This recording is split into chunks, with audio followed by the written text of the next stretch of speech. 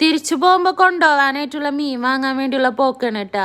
നാട്ടില് ചെന്ന സമയത്താണെങ്കിൽ എവിടെ നോക്കുമ്പോഴും ഈ ഒരു കുഞ്ഞിമത്തിയാണ് കാണാനുള്ളത്. അതുകൊണ്ട് തന്നെ ഉറപ്പിച്ചിട്ടുണ്ടായിരുന്നു തിരിച്ചു പോകുമ്പോ കുറച്ചധികം തന്നെ മേടിച്ചിട്ടുണ്ടോണെന്ന്. കാരയിലുള്ള ഈ ഒരു തട്ടിലാണ് ഇട്ടാ വന്നിട്ടുണ്ടായിരുന്നത്. നല്ല ഫ്രഷ് മീൻ തന്നെ അവിടെ നിന്ന് കിട്ടും. ആ മീൻ കാണുമ്പോ തന്നെ നിങ്ങൾക്ക് മനസ്സിലാവും എത്രത്തോളം ഫ്രഷ് ആണെന്നുള്ളത്. അങ്ങനെ നമ്മളത് അവിടെ നിന്ന് ഫ്രീസ് ചെയ്ത് ഇവിടെ എത്തിച്ചിട്ടുണ്ട്.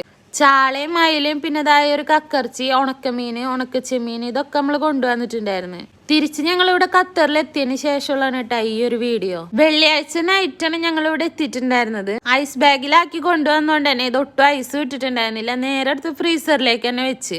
പിന്നെ ഞായറാഴ്ച കേട്ടോ നമ്മളിത് ക്ലീൻ ചെയ്യാൻ നിൽക്കുന്നത്.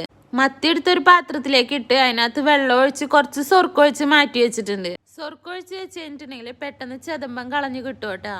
പിന്നെ ഈ അയിലയും കൂടെ ഒന്ന് വെള്ളം ഒഴിച്ചിടണം. കാരത്തട്ടിന്ന് വഞ്ചിക്കാർ അപ്പൊ തന്നെ കൊണ്ടിടുന്ന മീനാണ് ഇട്ടാ കിട്ടുക.